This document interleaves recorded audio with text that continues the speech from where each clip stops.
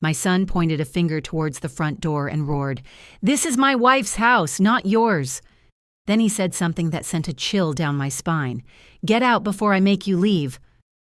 I stood in my own living room, looking at the grown man I had raised, fed from a spoon, nursed when he had a fever of 104 degrees Fahrenheit, and held his hand when we buried his father. Beside him, his wife, Xenia, crossed her arms over her chest and smiled as if she had already decided everything. All that was left was to wait for me to start crying. They genuinely thought I was weak, that I would crumble, beg, apologize, or stay silent just to avoid a confrontation. They expected tears. They expected me to swallow it all, but I didn't.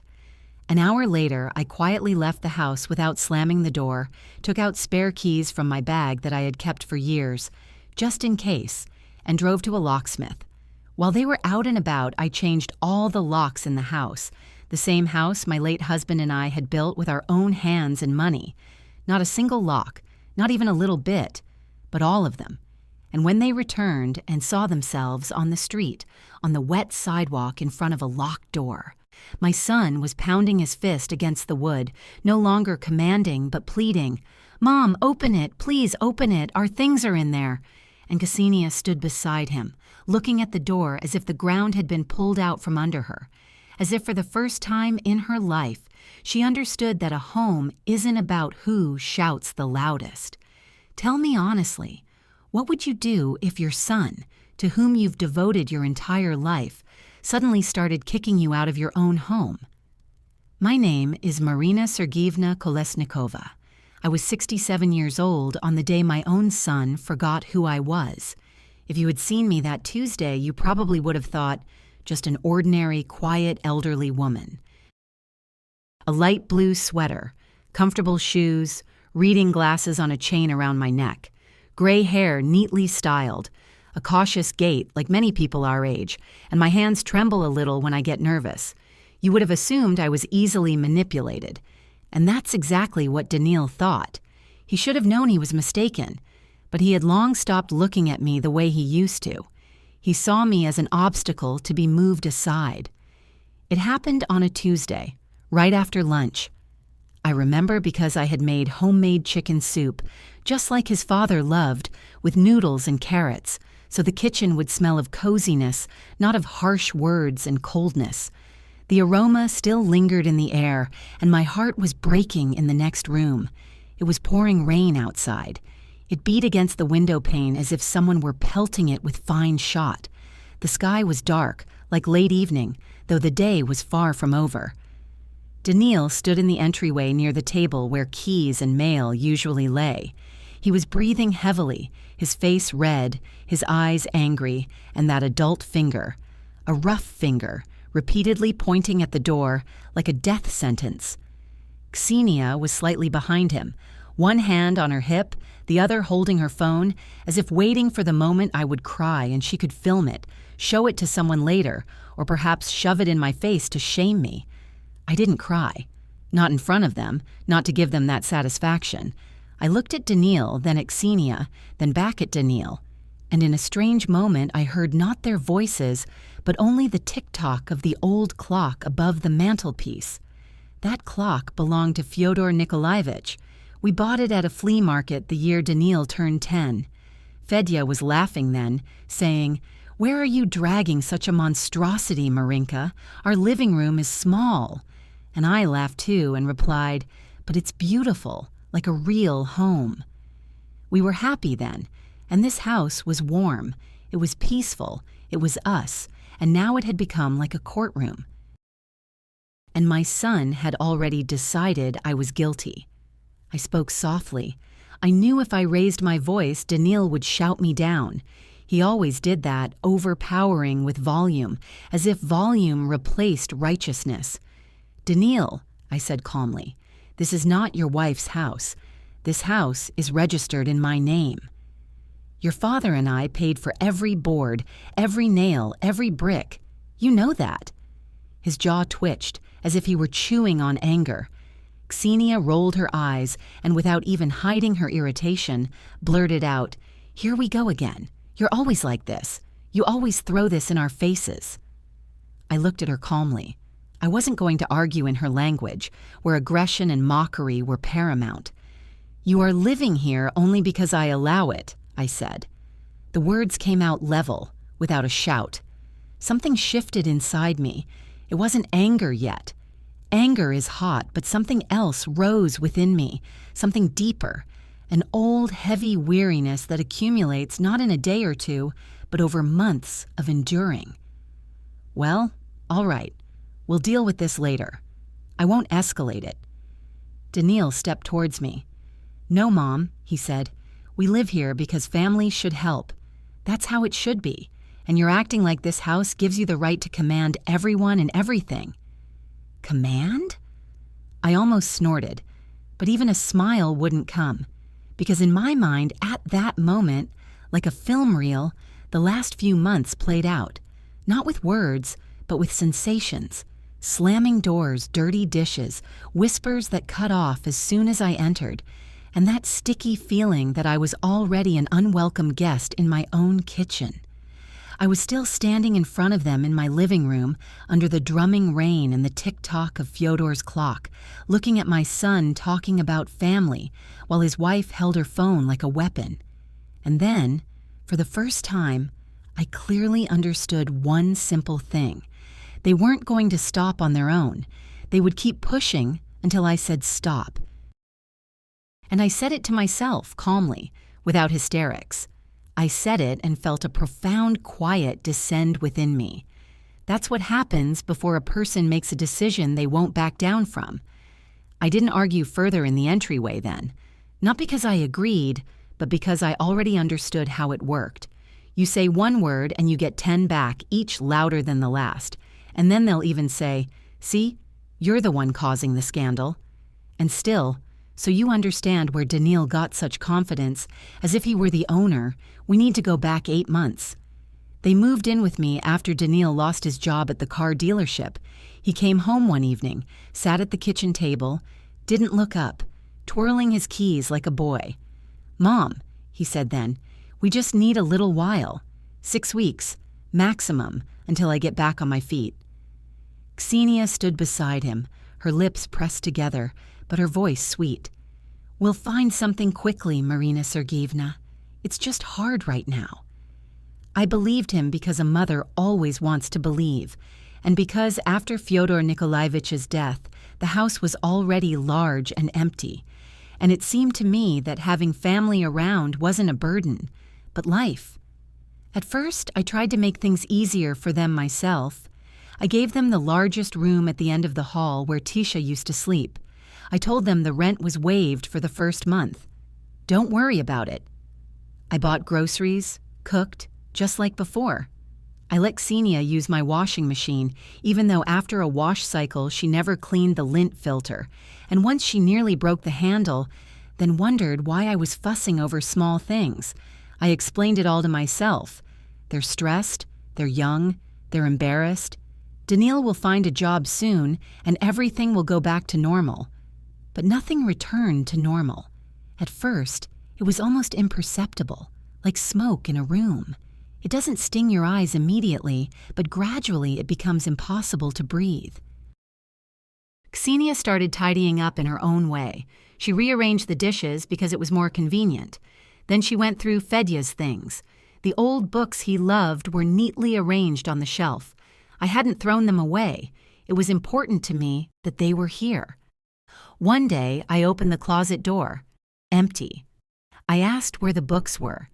Ksenia didn't even look at me. She was scrolling through her phone, surrounded by boxes. I took them to the garage. They're dusty. I turned to Daniil then, expecting him to say, "Kshusha, you can't do that. Those are Dad's." But he just shrugged. "Mom, what's the big deal? It's not a tragedy. Not a tragedy." Then she changed the curtains in the dining room, saying mine were sad. Then she started dictating where my pills should be kept because the countertop was messy, in my own home. One day, I returned from church, took off my coat, walked into the living room, and felt a pang in my chest. My armchair was gone, the one by the window. I used to sit in it with a book in the evenings, and Fedya would always grumble that I would fall asleep with my glasses on. It was old, yes. Worn out, yes. But it was my spot, my corner. I stood in the middle of the room and asked, not even believing it myself, where my armchair was. Ksenia was sitting on the sofa, not looking up from her phone. "It makes the room look old," she said. I felt as if I had been slapped in the face. The room is old and I am old. That's the implication. I looked at Daniil again. He stood in the doorway and put on an expression as if I were being nitpicky. "Mom, don't start. It's not that important." And so it went. The armchair, unimportant. The nighttime noise, unimportant. Doors slamming above my head when I was already trying to sleep, unimportant. The growing utility bills, although I was living the same way I always had, unimportant. The way Ksenia spoke to me in the kitchen, as if I were her guest, unimportant. And Daniil repeated the same thing like a mantra. "Mom, don't blow it out of proportion." And you know what's the scariest part? For a while, I really tried not to blow it out of proportion. I stayed silent, swallowed my pride, and retreated to my room. I thought if I remained calm, everything would resolve itself. I was preserving peace in the family, as if this peace were a living thing, and I was holding it with my hands so it wouldn't shatter. But it wasn't peace, it was silence. Beautiful on the outside and rotten on the inside. And then something happened that made it impossible for me to pretend it was just a difficult period. I had earrings, pearl earrings, my mother's. My mother wore them almost every Sunday for 20 years, to weddings, to celebrations, to church. When she died, she left them to me in a small velvet box with a note that I still remember by heart. "To my Marinka, you've always taken care of others." I kept that box in the top drawer of my dresser, where a woman keeps her most personal items, threads, change, old letters, things not meant for others' eyes. And one morning, I opened the drawer and my blood ran cold. The box was gone. At first, I didn't believe it. I took everything out, rearranged it, checked under the bed, in the bathroom, in the closet, even in the laundry basket. Nothing. At breakfast, I asked, trying to speak calmly as if asking for the salt, "Have you seen a small velvet box? A dark one?" Ksenia didn't even look up from her plate. "No." Daniil frowned, as if I had offended him with the question itself. Why would we touch your things? I should have stayed silent then. Now I realize it, but something in Ksenia's face pricked me. Not guilt, no, more like irritation, as if my missing earrings were disrupting her morning. I said softly, but firmer now, "These earrings are very precious to me." Ksenia abruptly put down her spoon, making it clatter on the table. "Are you calling me a thief?" "I'm not accusing you," I said, trying to keep my voice even. "I'm just asking. The box is missing, that's all." Ksenia huffed, as if I had ruined her mood. Daniil slammed his palm on the table, making the salt shaker jump. "Enough, Mom. You can't pick on Shusha every time something goes wrong." I didn't immediately realize what had bothered me more, his tone or that one word. "Every time?" I asked quietly. "Daniil, what else has gone missing?" He froze for a second, as if he realized he'd said too much. Then he turned away. "I meant, you're always unhappy," he grumbled and reached for his mug. Ksenia was already engrossed in her phone again, as if the conversation were over. And anyway, I was the one who was the problem here, with my earrings and my memory. I could have swallowed that, too. I could have told myself that my son was stressed, that he was under pressure. But something inside me clicked, softly, without hysteria, like a light bulb. Watch closely. Don't believe the words. Watch what they do. And I started watching. I noticed Ksenia began going outside more often to get some air, and there she would whisper into the phone, cupping her hand over her mouth, as if the wind could carry the meaning to me. I noticed Daniil tensed up when I entered a room quietly, without warning, as if they had time to hide something, not with their hands, but with their faces. I noticed that packages started arriving only in Xenia's name, and they disappeared before dinner, as if they had never been there. And I also noticed something strange with the car. Daniil suddenly started parking his car on the street instead of in the yard. I asked, "Why don't you pull in like always?" He didn't even blink. Yes, the yard is occupied. Although we only had 3 cars and mine barely moved.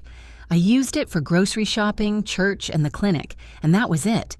The yard couldn't have been occupied. It was laughable. I may be elderly, but I'm not deaf or blind. I was just patient for a long time. The real trouble began 3 days before that rainy Tuesday.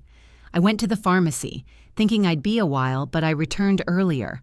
I approached the porch, and the kitchen window was slightly ajar, and I heard voices from inside. They were speaking tensely. I wasn't intending to eavesdrop, I swear. I would have walked past, but I heard my name. "She can't live here forever," Xenia said.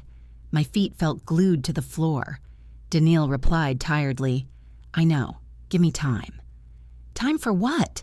Xenia blurted out sharply like a spit. "We've already discussed it. If your mother signs, we can use the house as collateral and get a decent loan. If she doesn't sign, we're stuck." A blow struck me inside.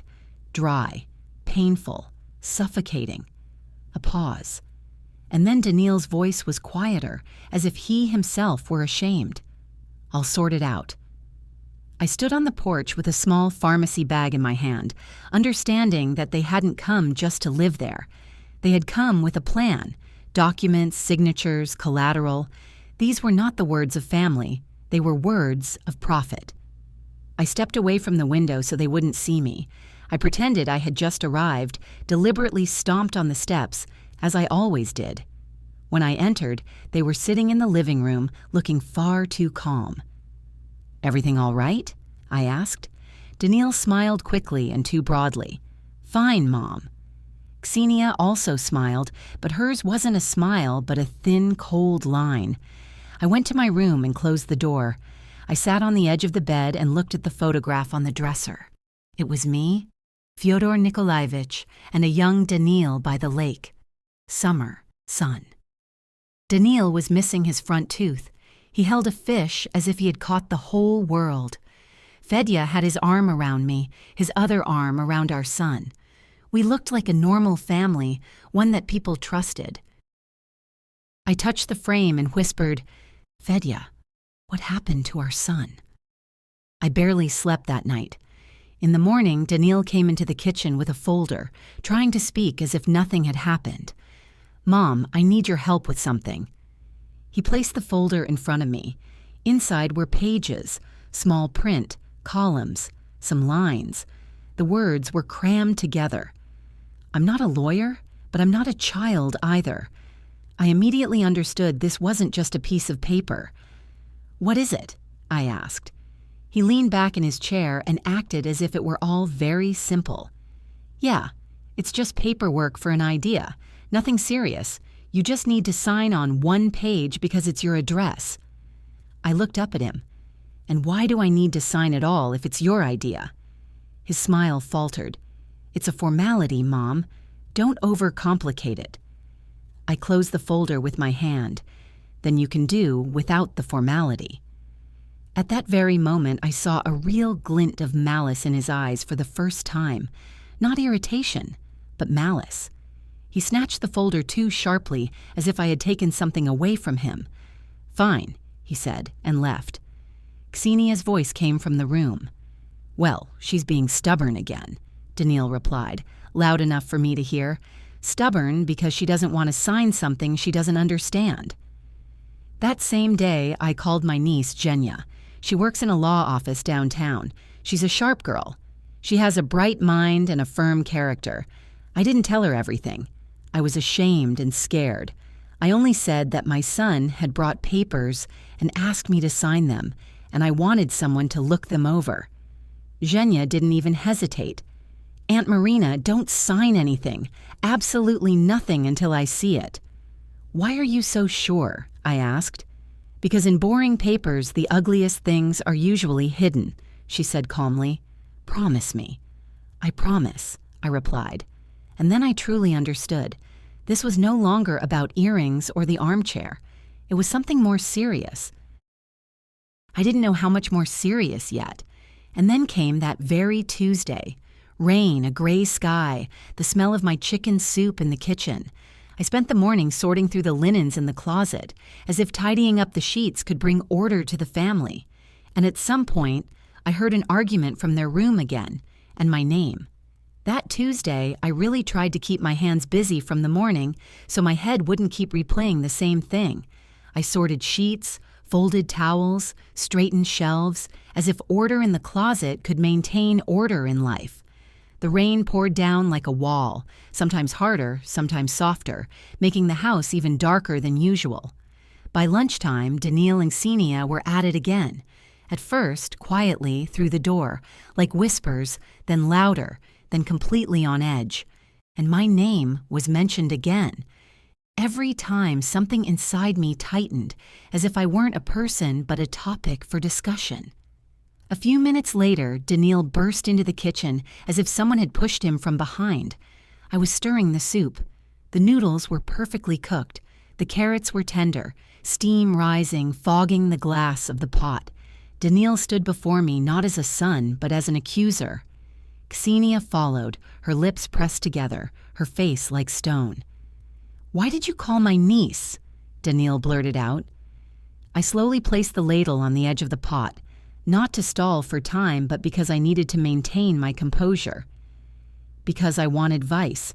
This is my house, my documents, and I have the right to understand what I'm signing, I said. He flared up.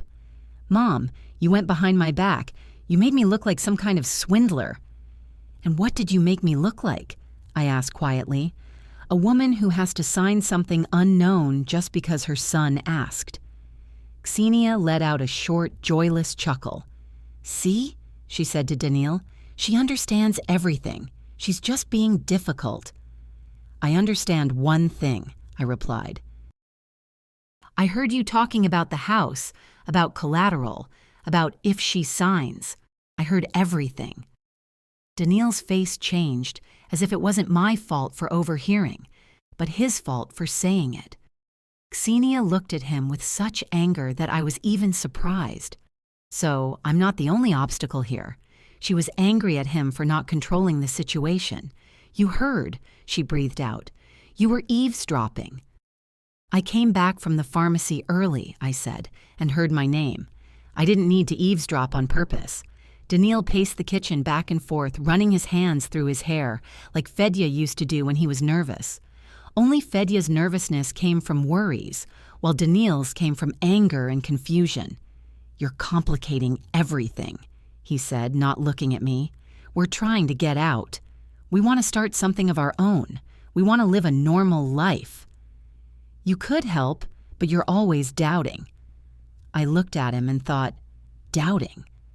After you dragged out my books to the garage, after you removed my armchair, after my mother's earrings disappeared, after you whisper and hide packages, of course I doubt. And it's not a whim, it's instinct. I placed the ladle on the table. "You wanted me to sign papers without explaining them. That's not help, Daniil. It's a trap for fools." Xenia let out a short laugh, as if I had said something funny. "Listen to her," she drawled. "Our little detective has arrived." And then Daniil suddenly slammed his fist on the tabletop. Not hard enough to break it, but hard enough to make us both jump. "What kind of mother are you if you can't just support me once?" he yelled. "Just once." The words struck me not with their volume, but with their meaning. What kind of mother? I felt a wave rise in my chest. Not tears, no, not pity, but pain and resentment that you keep hidden away for years because you have to be strong. I looked him straight in the eye. "I was your mother every day of your life," I said.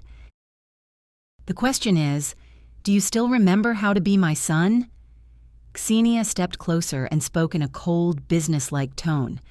Perhaps if you weren't so controlling, Daniil wouldn't feel so cornered. My phone vibrated slowly in my hand, like a living thing. On the screen was Genya. I answered immediately. "Aunt Marina, listen carefully." Her voice was tense, without her usual casualness. "Don't go home alone and don't sign anything. Absolutely nothing." I gripped the steering wheel tighter. Rain slimed down the windshield in silver streaks. The workshop sign ahead blurred. "Katya, explain this properly," I pleaded. "You're unnerving me." "Because it's serious," she stated, leaving no room for argument. If there were indeed papers to be reprocessed, they weren't just applying pressure. They could try to claim a share of the property or leverage the house as collateral. Such schemes are often disguised within routine applications and formalities.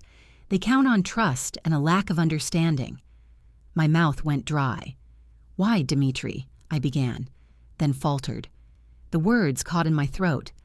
Katya exhaled softly, as if pained to speak, because someone had convinced him that your house was the quickest solution to their woes. "Aunt Marina, can you hear me? Where are you now?" "At the workshop. I'm having the locks changed." "Good. Just don't be alone. Call Larisa Petrovna or someone who can come and be with you. And don't touch any documents with bare hands. If you can, put them in a folder. Take photos. And if they start trying to force their way in or threaten you, call the police immediately." I gripped the steering wheel, my knuckles turning white. And then the most revolting realization struck me. They weren't just being brazen anymore. They were following a meticulous plan. "Katya," I managed, "are they already one step ahead?" "Yes, it appears so," she admitted candidly, "but you can stop them." "You've already stopped them by not signing." I thanked her and promised to call back later. I hung up and breathed deeply for a few moments, trying to keep myself together. I was scared, but not of Dmitri striking me. He wasn't like that, at least not before. I was scared of something else, of him being ready to sign, to conceal, to lie, just to escape the pit his ambition and others' advice had dug for him. I got out of the car and entered the workshop. Behind the counter sat a sturdy, older man. I'd known Sergei Ivanovich for a long time. He'd replaced a lock cylinder for us back when Fyodor Nikolaevich lost his keys fishing, and we'd spent half a day searching the bank, arguing and laughing simultaneously. Sergei Ivanovich looked up, his eyes immediately understanding my distress. "Marina Sergeyevna, trouble?" he asked without preamble. I attempted a smile, but it was crooked. "You could say that. I need all the locks changed today, right now. The front door, the back, the side, and the garage." He didn't ask questions. "Why? Who's there?" He merely clarified a detail. "The house is yours, registered in your name. I can show you the deed if necessary." He nodded. "No need. I know you. I'll get ready." While he pulled out his toolbox, I stepped outside and dialed Larisa Petrovna. She was a formidable woman in our parish. She'd venture out in any storm without a second thought, just to help, and she'd deliver her words in such a way that any scoundrel's tongue would retract back into their throat. She answered on the second ring. "Marinka, why are you calling so early?" "Larisa, I need a witness, and to not be alone," I said, surprised by my own calm tone. "Come over to my place now. I know the address," she stated flatly. "On my way, and don't you dare play the hero." 10 minutes later, we were driving back to the house. I was in the lead, with Sergei Ivanovich following in his gazelle. The rain hadn't let up. The wipers swished back and forth, and a taut string seemed to stretch inside me. When we arrived, the yard was empty. Dmitri's car was gone. It was the first relief I'd felt all day. Larisa arrived almost immediately, jumping out of her car with a huge bag and wearing sneakers, looking less like she was coming to help a friend and more like she was ready for a confrontation. "Well," she said, hugging me with one arm, "tell me, what did those two pull?" "Did the son forget whose house this is?" I answered curtly. Her eyes hardened. "Then we'll remind them." Sergei Ivanovich got to work. Metal clinked, screwdrivers scraped, locks clicked, and each sound was somehow comforting, as if the house were being reassembled piece by piece. I stood on the porch, holding my bag and spare keys, while Larissa quietly warmed my elbow with her hand. Sometimes I caught myself staring at the doorframe. Fyodor Nikolaevich and I had painted it over 20 years ago. Dmitri was a teenager then. He dabbed it a couple of times with the brush, got paint on his t-shirt, and ran off for ice cream. Fedya had laughed then, saying he'd built the whole house himself when he grew up. It was funny then. Now it hurt. As Sergei Ivanovich changed lock after lock, my phone vibrated several times. Missed calls from Dmitri, then from Ksenia. I didn't answer. Larissa noticed and quietly said, "Let them hang for a while in uncertainty. You weren't the only one who lived like this." When Sergei Ivanovich finished, he handed me a heavy, shiny set of new keys. "Here you go, Marina Sergeevna." I took them, and the weight brought a sting to my eyes. Not because I was weak, but because these were more than just keys. This was a feeling. I still existed in my own life. I had rights. I could protect what was mine.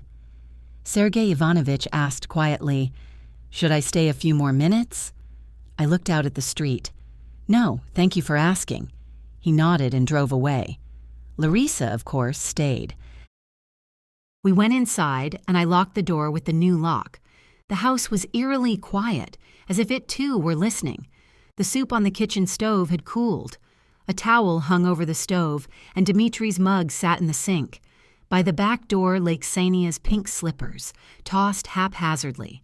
Looking at them, a hot, prickly anger rose within me.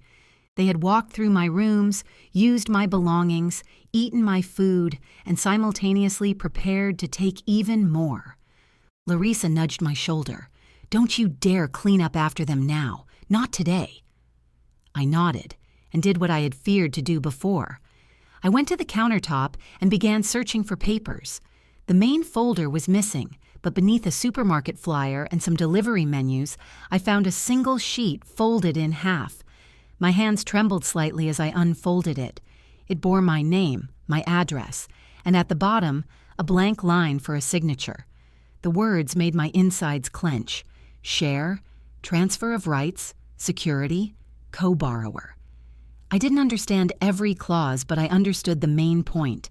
This wasn't about registration or a formality. I sank into a chair. Larissa read over my shoulder and exhaled. "Oh, Marina, this is a real problem." I pressed my palm against the paper as if I could hold it in place, hold away the trouble. And at that moment, the phone rang again. "Dmitri." I looked at Larissa. She nodded silently. "Take it." "Hello," I said calmly. "Mom, where are you?" He blurted out so quickly it was as if he were running. I glanced around the kitchen, my table, the cooled soup, the paper with my name. "At home," I replied. A pause. Then Ksenia's sharp, angry hiss in the background. "Tell her to open up. Our keys don't fit." Dmitri breathed heavily. "Mom, open the door, immediately." I stood up slowly. "No." The silence on the line became thick, like electricity. "What do you mean, no?" His voice trembled. "It means no," I repeated. "You said this was your wife's house. You told me to get out." "So stay outside and think about your words." Ksenia snapped. "You can't do this. Our things are in there." I looked at the paper on the table and replied just as evenly, "And mine almost became yours forever. I found the documents, and if you start shouting under the windows or threatening me, I will call the police. You will come for your belongings when I say so, and only in the presence of witnesses. Do you understand me?" Dmitri suddenly spoke more quietly. "Mom, it's not like that." "Then explain," I said, "but not on the phone and not now. You are leaving now." I heard Ksenia hiss something. Then the connection broke. Larissa looked at me as if she were seeing me for the first time. "Well, finally," she said softly. "I thought you'd stay silent to the end for the sake of peace." I sat back down. Inside, there was no joy, no peace. There was emptiness and clarity. And for the first time in a long time, I felt not helplessness, but solid ground beneath my feet, Larissa and I sat in the kitchen for a while longer. She made a call to someone. Her nephew, a district officer, asking what to do if they tried to break in. Then she made me write down the time of the call, Dimitri's words, everything, point by point so I wouldn't forget and so they couldn't twist it later. By evening, the rain had subsided. The clock on the wall showed 6:30 when headlights swept across the living room curtains. I tensed. Larissa stood up and walked to the window. "They've arrived," she said. Dimitri's car drove into the yard, followed by another unfamiliar one. A tall man in a dark jacket emerged from it. In his hand, he held a leather folder. He walked onto the porch as if he had no doubt he would be let in. He knocked 3 times, slowly, confidently, and spoke in a calm, polite voice I had never heard before. "Marina Sergeyevna Kolesnikova, my name is Boris Savelyev. I am here to help your family resolve a misunderstanding." I stood in the hallway before the door, not even reaching for the lock. Larissa Petrovna was beside me, arms crossed, her gaze sharp enough to cut nails. Behind the door were Dmitri, Ksenia, and this polite man with the folder. "I am not opening the door," I said loudly, so it could be heard through the wood. "Speak from there." From outside, the man's voice was soft, even, like those who are accustomed to being believed simply by the sound. "Marina Sergeyevna, good evening. My name is Boris Savelyev. I assist with financing arrangements for small projects. Your son and daughter-in-law sought consultation, and it seems a misunderstanding has occurred." Larissa snorted softly. "He's the one with the misunderstanding. We have an attempted home invasion here." I leaned closer to the door. "There is no misunderstanding," I said calmly. "In my house, there were documents for reprocessing with my name and a line for a signature. Explain why." A short but very telling silence hung in the air. Then Savelyev spoke in the same tone, as if explaining tariffs to a pensioner.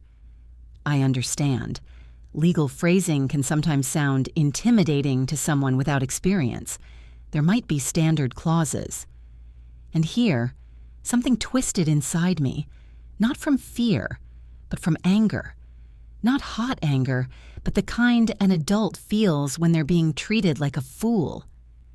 "I am not obligated to be a lawyer to understand when I am being led to sign," I retorted.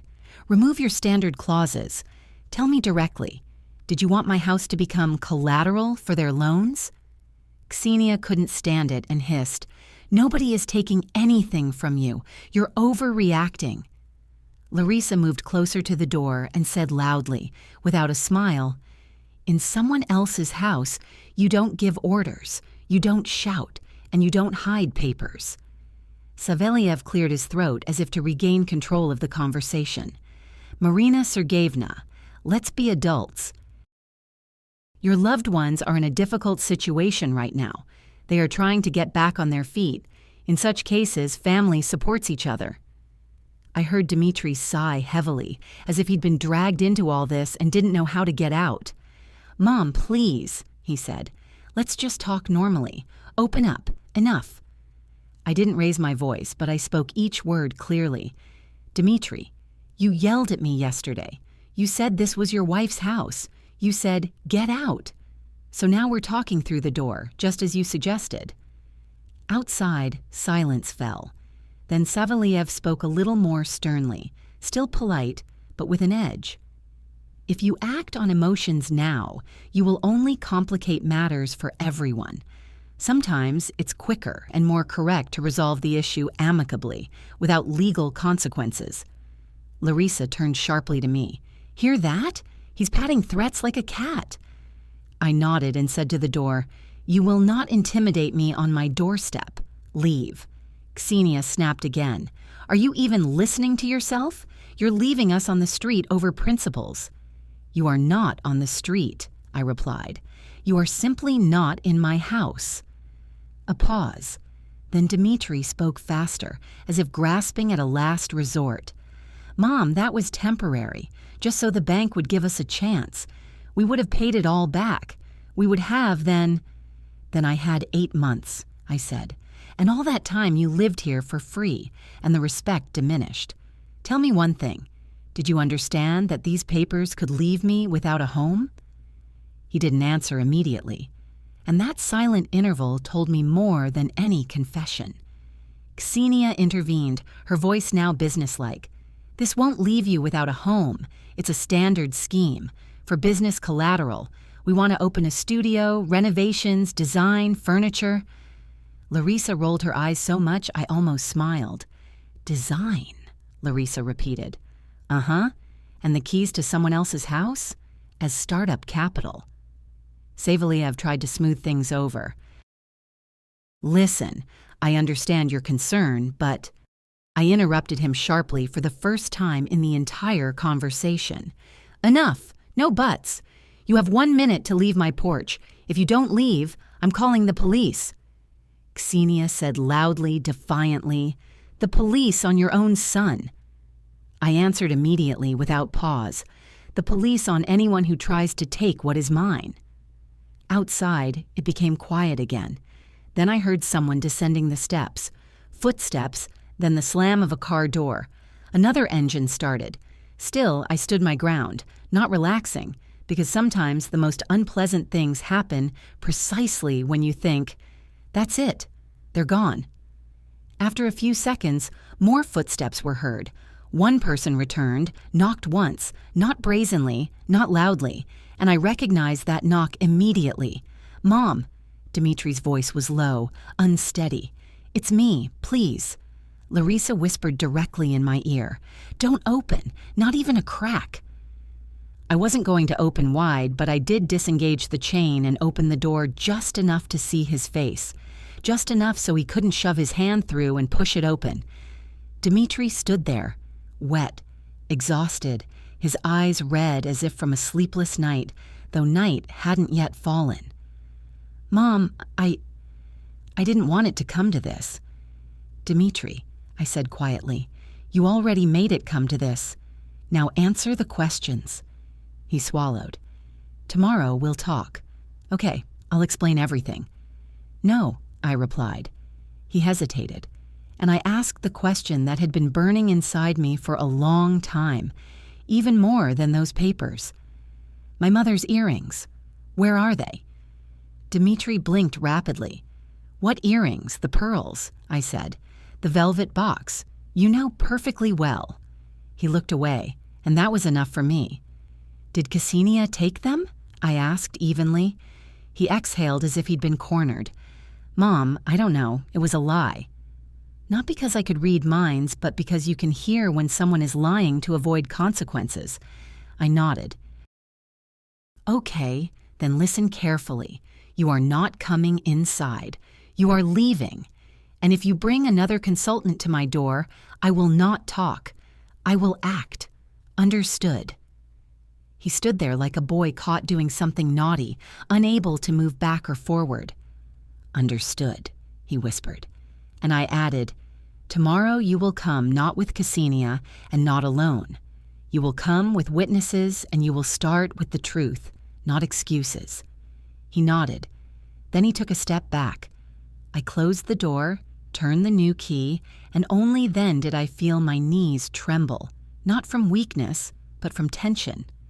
Larissa looked at me and said more softly, "I'm staying the night. Don't even argue." I didn't argue. That evening, I had no strength left to argue. Throughout the night, the house seemed silent, but it was a disquieting silence. It was a pause before the next blow. I lay there staring at the ceiling, the words reprocessing, collateral spinning in my head. For now, I'll sort it out. Just before dawn, I finally drifted off, but not for long.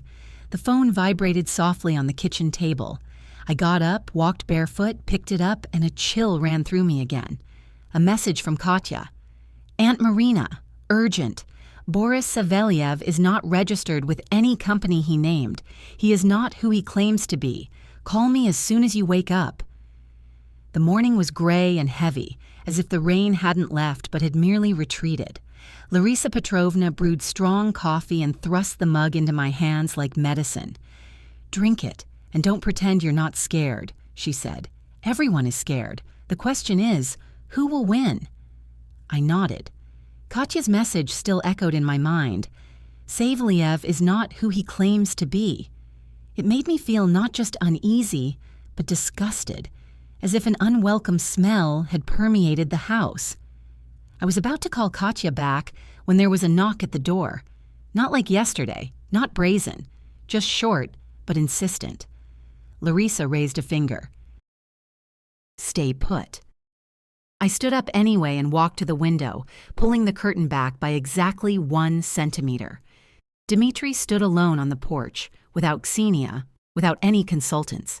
He looked so distraught that my heart ached, but I immediately pulled myself together. Pity is not an excuse. In his hands, he held a small velvet box. My breath hitched. I opened the door just enough for the chain to hold and looked at him. "What is that?" I asked, though I already knew. Dmitri raised the box, his hands trembling. "Mom, these are your grandmother's earrings." I silently extended my hand. He gave them to me as if afraid I'd change my mind if he lingered. I opened the box right on the doorstep. Pearls lay on the light-colored cushion. Mother's, the very same.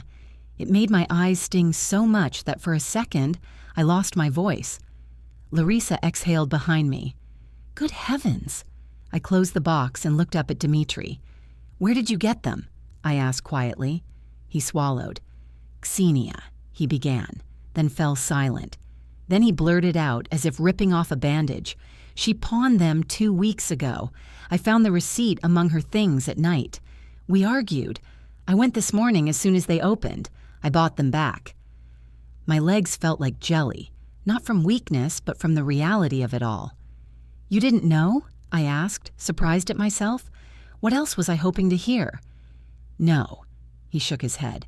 "I swear, Mom, I didn't know. I wouldn't have allowed it." I looked at him for a long time. "Wouldn't have allowed it, or wouldn't have been caught?" I asked. Not with malice, just stating a fact. He lowered his eyes. I was blind. I didn't press further. I said something else, the simplest thing. "Tell me, why did she do it?"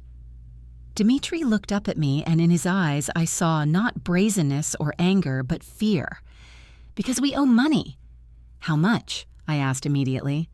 He didn't answer instantly, and that silence frightened me more than any number. Then he said, almost a whisper, "Almost 800,000. Larissa sharply placed her mug on the table with a clink. "How much?" she exclaimed. Dmitri flinched. "Almost 800, he repeated and ran a hand over his face. "And it's not the bank, it's a person." I felt a coldness spread through my stomach. "What person?" He exhaled as if it were difficult to utter the name. "Ksenia's brother, Timur." I immediately recalled all the little things that had seemed unimportant before. Packages, calls on the street, nervous faces, the car parked outside instead of in the driveway. It all clicked into place. "And?" I asked quietly. "He just lent you money." Dmitri gave a wry smile. "First it was just loans, then interest, then fines, then you misunderstood, then sign this paper, then we need more. And when I started backing away, Ksenia said, 'We have your house,' that the house was the solution." I closed my eyes for a second, not from hurt, but from sheer exhaustion. "And Saveliev?" I asked. Dmitri winced. "Timur brought him. They said he knew how to handle the paperwork so it would look official, so you wouldn't be scared." I opened my eyes. "And what did you think?" I asked. "That I would sign just because you asked?" He was silent, and that silence was again the answer. Larissa stepped forward, positioning herself so Dmitri could see her too. "Listen here, Danya," she said firmly. "Nobody is going to play games with your mother here anymore. Not your Ksenia, not your Timur, not that Saveliev. Got it?" Dmitri nodded, but his face was pale. "Mom," he said quietly, "Timur is coming today. He's sure Ksenia will resolve this. He thinks you'll give in anyway. He knows how to pressure people." Everything inside me tied into a knot. "And Ksenia? Where is she?" I asked. Dmitri looked away. I left her yesterday.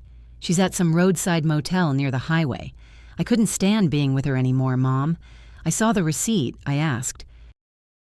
She started yelling that it was your fault, that if you had signed, we would have gotten out of it. And then Timur started calling, and she said he would come here anyway. Larissa exhaled slowly. So, she sent him here. Dmitri nodded. I held the box of earrings in my hands and felt a strange sensation.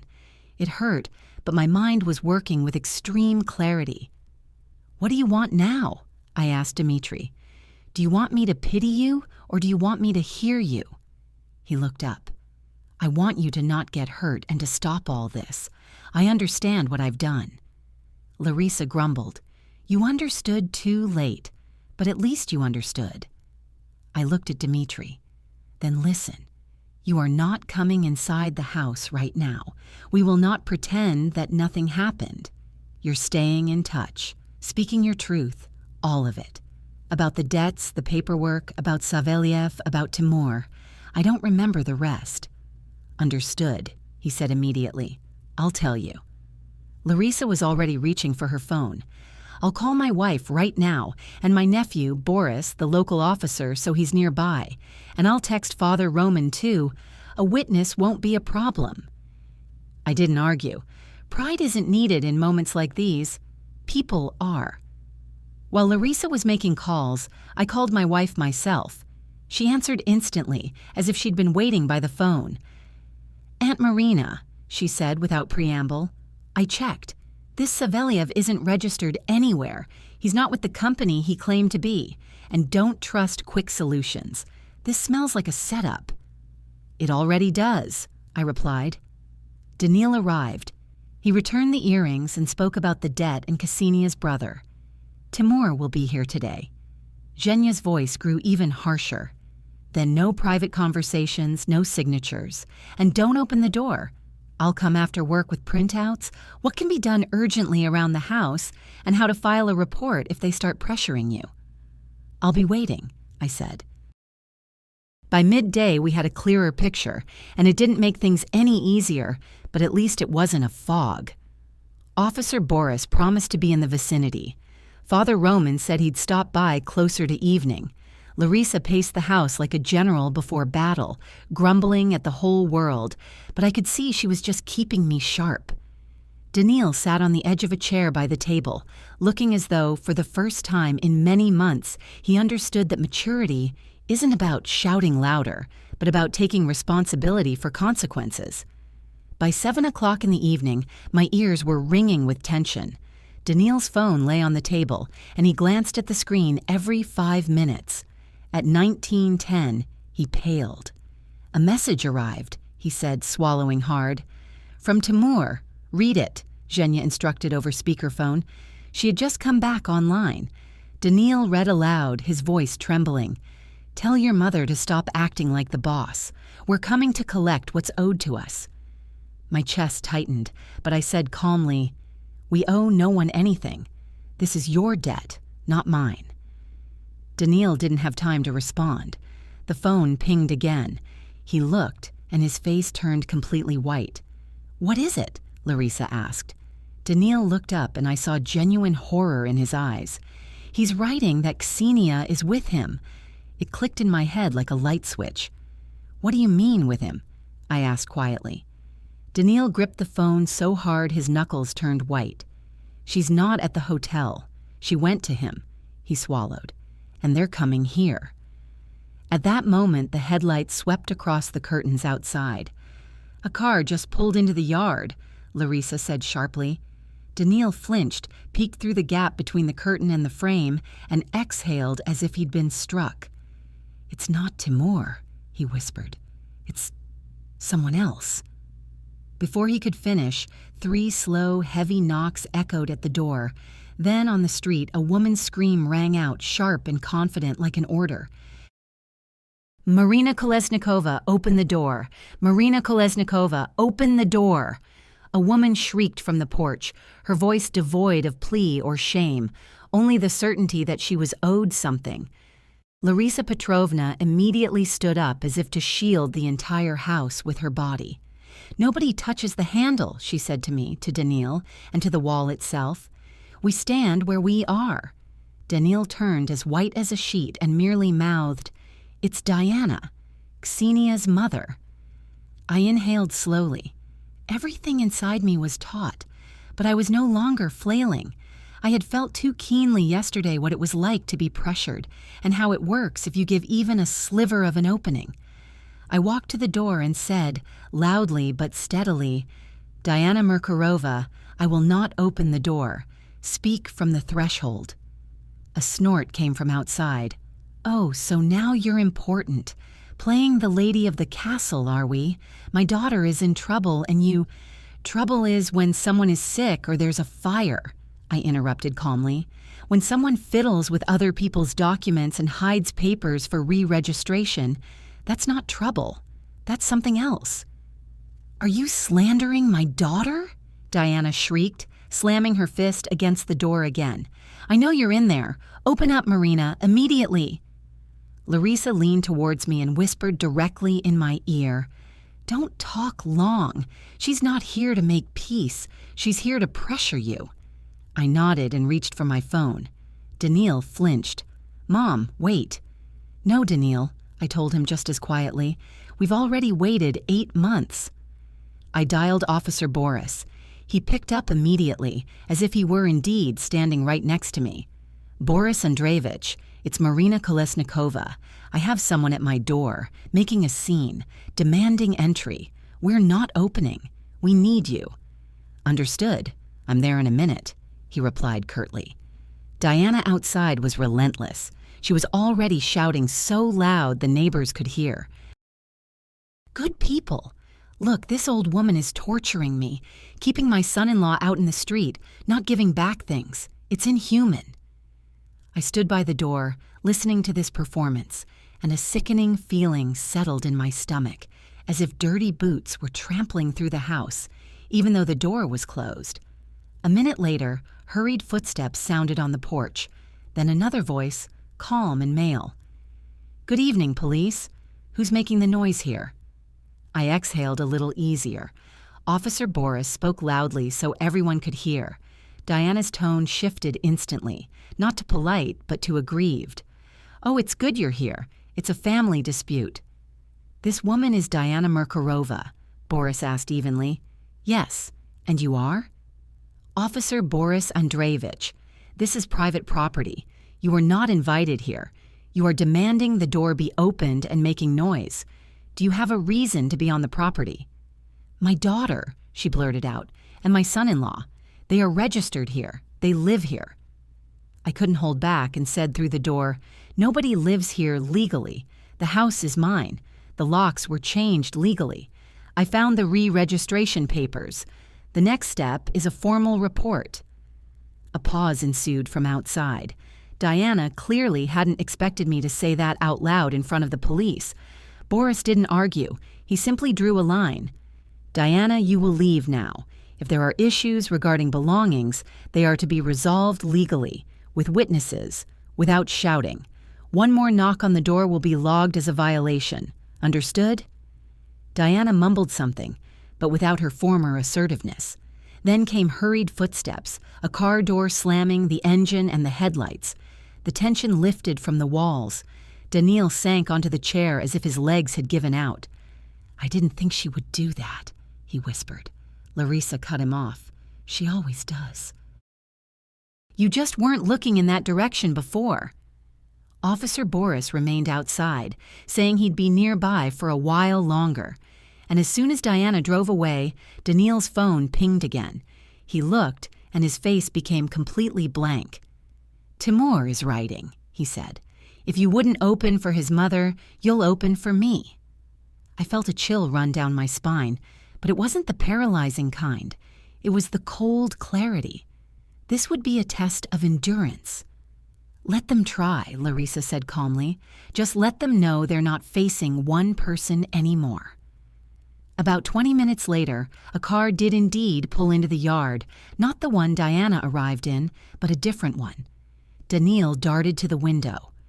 "It's him," he said softly, "and Xenia is with him." I didn't go to the window. I knew by now that if you start peeking, your heart rate will pick up, and it was important for me to maintain my composure. There was a knock at the door, not soft and polite like Savelyev yesterday, but like people accustomed to taking what's theirs by force. Then a low, arrogant male voice. "Marina Sergeyevna, open up. Let's talk reasonably." Xenia also chimed in, and that made me particularly disgusted because in her voice was that same conviction that she had everything under control. "Mom, come on, open it. You're making everything worse." I walked to the door and said calmly, "Xenia, you are not my mother, and I will not open the door." "And who are you to decide?" Timur barked. "We gave them money. We're taking it back." "You gave money to them," I replied. "My house has nothing to do with it." He let out a short, unpleasant laugh. "How does it not? Everything has to do with it now." And at that moment, Officer Boris intervened from the street. His voice was firm and perfectly timed. "Timur, step away from the door. Police, show your identification." Silence fell from outside for a second. Then Timur tried to play innocent. "I'm not involved." "We just want to talk." "Talking is without threats and without pressure," Boris cut him off. "One more step toward the door and you'll be talking at the station." I heard Timur curse under his breath. Xenia whispered something to him rapidly, as if persuading him not to make a scene. Then footsteps, a door slamming, and the car reversed sharply. They left not because they suddenly became sensible, but because it became inconvenient and dangerous. When the yard fell silent, I suddenly realized my hands were shaking, not from fear, but from how much I had held inside for the past few months and how abruptly it had all come out. Larisa placed a glass of water in front of me. "Drink it, and remember this feeling, Marinka. It's not weakness, it's your body recovering from shock."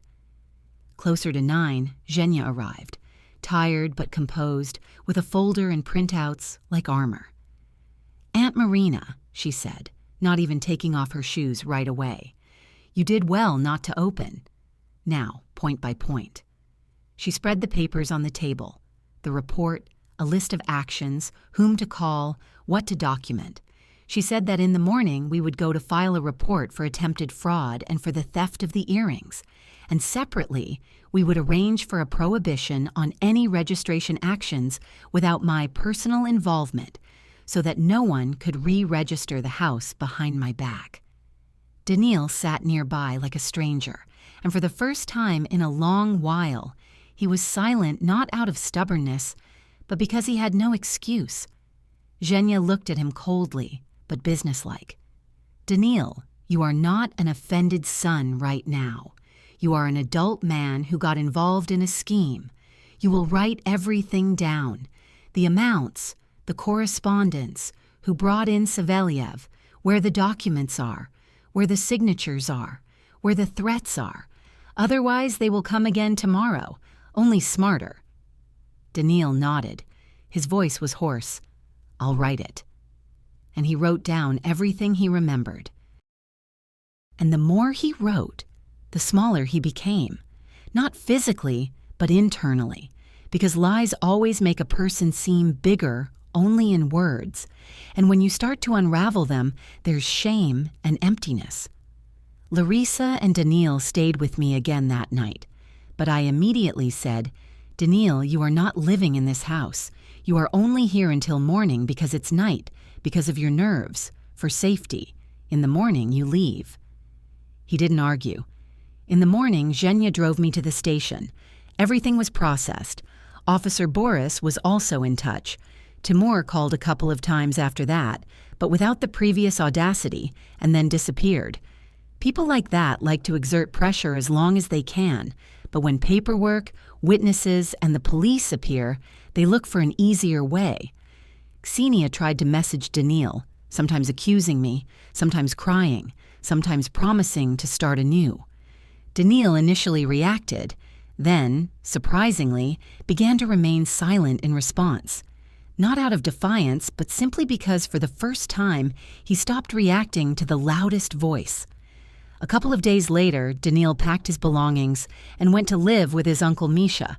I didn't persuade him or try to keep him. I said only one thing. If you want to be a son, first learn to be a man whom one can trust.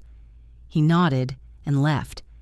And here begins the most honest part, without flowery words. I haven't disowned my son. I don't know how to. It's not a button. It's years of life. But I haven't let him back into the house just like that anymore. Because he's a son only by day, only on business, only in public, and only after he finds a job and starts paying back what he's messed up. Not even to me. Let life present him with the bill. I've simply stopped paying that bill for him. Ksenia hasn't knocked on my door again. Once I saw her from a distance near the store. She pretended not to see me. Perhaps it's easier for her that way.